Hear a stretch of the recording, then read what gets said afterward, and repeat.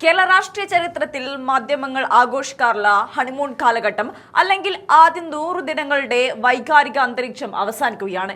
ഏതൊരു പുതിയ ഭരണകൂടത്തിനും തുടക്കത്തിൽ ലഭിക്കാറുള്ള രാഷ്ട്രീയ സഹതാപവും ജനകീയ തരംഗവും പിന്നിട്ട് കഴിയുമ്പോൾ സർക്കാരിന്റെ യഥാർത്ഥ ഭരണമികവും ദിശാബോധവും അളക്കപ്പെടുന്നത് തുടർന്ന് സ്വീകരിക്കുന്ന ദീർഘവീക്ഷണമുള്ള തീരുമാനങ്ങളിലൂടെയാണ്. കഴിഞ്ഞ 9 വർഷത്തിലധികം കേരളം ഭരിച്ച പിണറായി വിജയൻ സർക്കാരിന്റെ ഭരണപരമായ വീഴ്ചകളും അസന്തുലിതാവസ്ഥയും സൃഷ്ടിച്ച കടുത്ത ജനവികാരം തന്നെയാണ് UDF സർക്കാരിന് ശക്തമായ തിരിച്ചുവരവിന് വഴി തുറന്നത്. പിണറായി ഭരണത്തിന്റെ അവസാന ഘട്ടങ്ങളിൽ കണ്ട അമിതമായ അധികാര കേന്ദ്രീകരണം, സംസ്ഥാനത്തെ കടുത്ത സാമ്പത്തിക ഞെരുക്കത്തിലേക്ക് തള്ളിയിട്ട അനിയന്ത്രിതമായ കടമെടുപ്പ് നയങ്ങൾ, കേവലം വൻകിട PR ഏജൻസികളുടെ സൃഷ്ടിപ്പിൽ ഒതുങ്ങിപ്പോയ അടിസ്ഥാന സൗകര്യ വികസനങ്ങൾ, ജനാധിപത്യ സ്ഥാപനങ്ങളെയും പ്രതിപക്ഷ ശബ്ദങ്ങളെയും പൂർണ്ണമായും നിശബ്ദമാക്കാനുള്ള ശ്രമങ്ങൾ എന്നിവയെല്ലാം ജനങ്ങൾക്കിടയിൽ വലിയ അമർഷമാണ് ഉണ്ടാക്കിയത്. സിൽവർ ലൈൻ പോലുള്ള ജനവിരുദ്ധ പദ്ധതികൾ അടിച്ചേൽപ്പിക്കാൻ ശ്രമിച്ചതും സാമ്പത്തിക പ്രതിസന്ധികൾക്കിടയിൽ ദൂർത്ത് തുടർന്നതും അന്നത്തെ ഭരണത്തിന്റെ വലിയ പരാജയങ്ങളായിരുന്നു. എന്നാൽ ഈ ജനവിരുദ്ധ നയങ്ങൾക്ക് ബദലായി അധികാരത്തിലേറി കേവലം 100 ദിവസത്തിനുള്ളിൽ തന്നെ ഭരണ മികവിന്റെ വ്യക്തമായ തെളിവുകൾ നൽകാൻ VD സതീശന്റെ നേതൃത്വത്തിലുള്ള സർക്കാരിന് സാധിച്ചു.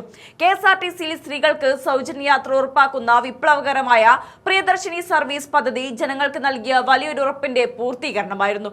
വർഷങ്ങളായി തെരുവിൽ സമരം ചെയ്ത ആശാ വർക്കർമാരുടെ കണ്ണീരൊപ്പാൻ അവരുടെ ഓണറേറിയം വർദ്ധിപ്പിച്ചുകൊണ്ട് സർക്കാർ മാനവികത ഉയർത്തിപ്പിടിച്ചു.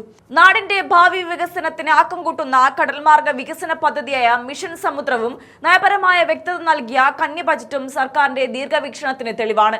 ലഹരി മാഫിയകൾക്കെതിരെ വിട്ടുവീഴ്ചയില്ലാത്ത പോരാട്ടവുമായി ആഭ്യന്തര വകുപ്പ് നടപ്പിലാക്കിയ ഓപ്പറേഷൻ തൂഫാൻ സാധാരണക്കാരുടെ സുരക്ഷ ഉറപ്പാക്കുന്നതിൽ വലിയ മുന്നേറ്റമുണ്ടാക്കി. മുൻ സർക്കാരിന്റെ കാലത്തെ അടഞ്ഞ വാതിലുകൾക്ക് പകരം മാധ്യമങ്ങളോടും പൊതുജനങ്ങളോടും സുതാര്യമായി സംവദിക്കാനും വിമർശനങ്ങളെ ജനാധിപത്യപരമായി കേൾക്കാനും മുഖ്യമന്ത്രി VD സതീശൻ കാണിക്കുന്ന ആർജവം ഈ ഭരണകൂടത്തിന്റെ തിളക്കം കൂട്ടുകയാണ്. പക്ഷേ ആദ്യ 100 ദിനങ്ങളുടെ ഈ തിളക്കത്തിനും പ്രഖ്യാപനങ്ങൾക്കും അപ്പുറം ഹണിമൂൺ കാലയളവ് അവസാനിക്കുന്ന ഈ ഘട്ടത്തിൽ VD സതീശൻ ഭരണകൂടം സ്വീകരിക്കേണ്ട അടുത്ത ചുവടുവയ്പ്പുകൾ തികച്ചും നിർണായകവും പരീക്ഷണം നിറഞ്ഞതുമാണ്.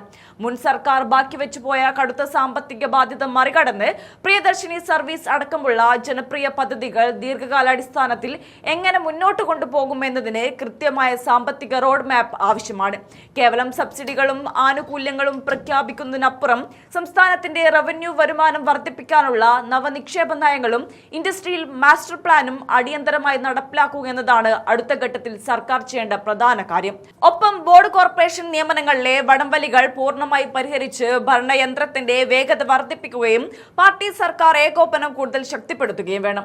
PM ശ്രീ പദ്ധതിയിലടക്കം ഉയർന്നു വന്ന നയപരമായ ആശയക്കുഴപ്പങ്ങൾ തിരുത്തി വ്യക്തമായ വിഷൻ ഡോക്യുമെന്റോടെ മുന്നോട്ടു പോയാൽ മാത്രമേ മുൻ സർക്കാരിന്റെ തെറ്റുകളിൽ നിന്ന് പാഠം ഉൾക്കൊണ്ടുള്ള യഥാർത്ഥവും ശാശ്വതവുമായ ഒരു ഭരണ മാതൃക നിർമ്മിച്ചെടുക്കാൻ VD സതീശന് സാധിക്കൂ.